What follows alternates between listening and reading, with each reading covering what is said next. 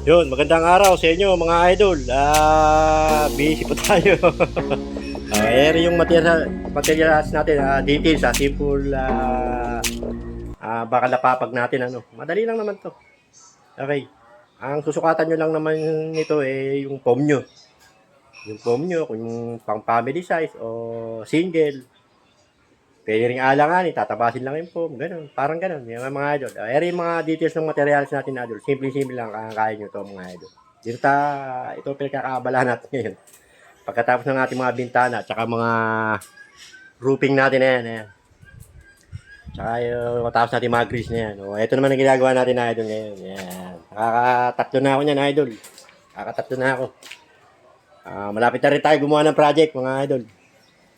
Ito materials niya na idol. Ito 2x2. 2x2. Tapos sinimplihan lang natin yung design sa header.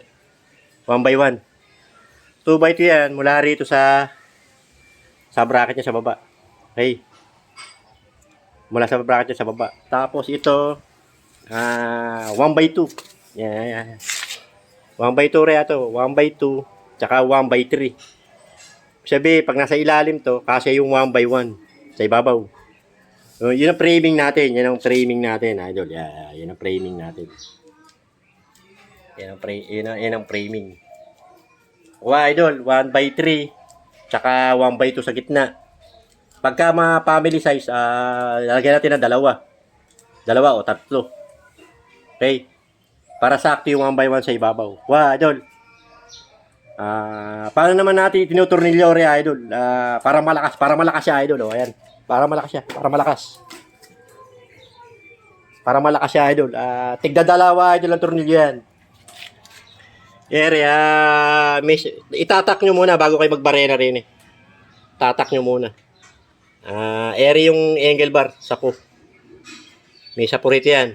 Okay. Tapos ere 2, tsaka 1, 4 tornilyo nyo. 4. Ayan yun. Dito yan, idol. Yan. Tiga lawa, idol yan. Tiga lawa. Bawat side. Yan. Bawat side.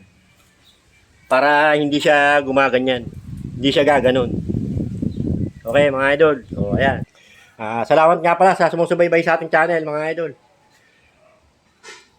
Salamat po sa inyo sa sumusubaybay sa ating channel. Medyo abala na tayo dahil inuuna lang natin yung ating pangangailangan. Pangangailangan sa ating kabahayan. Inuuna lang natin yun. Kaya, yun. Nagbabalik pong muli. Ika Jone, salamat sa inyo. Marami.